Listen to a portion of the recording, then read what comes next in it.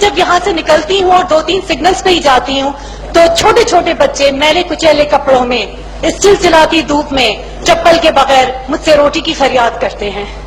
जनाब स्पीकर, क्या वो ड्रामा है, ये हकीकत है या ये हकीकत है? हकीकत वो है, यहाँ महज बातें हैं, यहाँ महज तकरीरें हैं। Please do not disturb the house.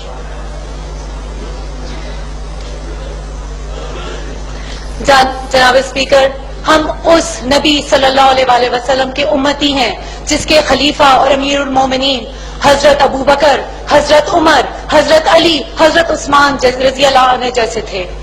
हजरत उमर की दौर में सबसे ज्यादा फतुहात हुई, इस्लाम की सरजमीन बहुत ज्यादा वसी हुई और आधी दुनिया मुसलमान हो गई। मगर जब सुपर पावर उस वक्त की शाह ईरान का कासिद हजरत उमर को ढूंढते हुए मदीना आता है और वहां से लोगों से पूछता है कि तुम्हारे बादशाह का महल किधर है, तो लोग हंसते हैं, बादशाह? कौन बादशाह और कौन सा महल? जाओ, उमर को ढूंढना है तो मदीने की गलियों में ढूंढो, और अगर वहां ना मिले तो मस्जिद नबी में ढूंढ लेना।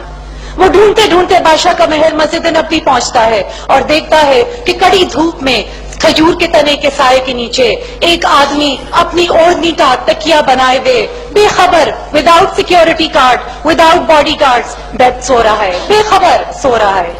क्या हजरत उमर के दुश्मन नहीं थे? उस वक्त कुफार नहीं थे? उस वक्त साजिशें नहीं थी? थी जनाब स्पीकर, सब थी। मगर मदीने की रियासत में अमन था, मदीने की रियासत में इंसाफ था, मदीने की रियासत में जुल्म नहीं था, मदीने की रियासत में अमन और उनका ज़मीर मुतमईन था। इसीलिए वो अपने अल्लाह पे भरोसा करते हुए बेखौफ और खतर सो रहे थे।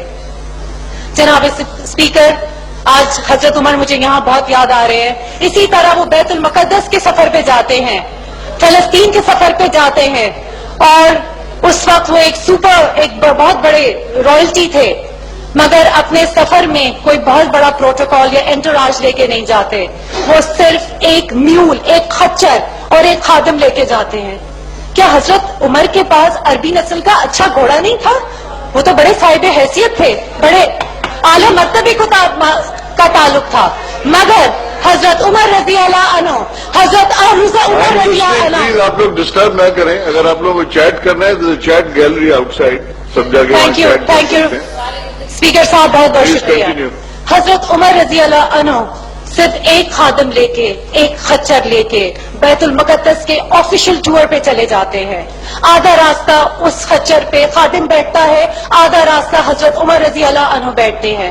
जब बैतुल मुक़द्दस फलस्तीन की बाउंड्रीज को टच करते हैं और ऑफिशियल प्रोटोकॉल उनको रिसीव करने आता है, तो उस वक्त उनके खादिम की बारी खच्चर पे बैठने की थी।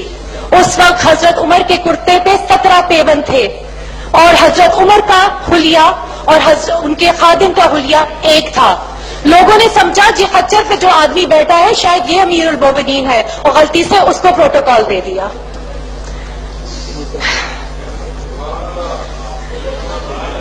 जनाब स्पीकर, आज अवाम बदहाल है।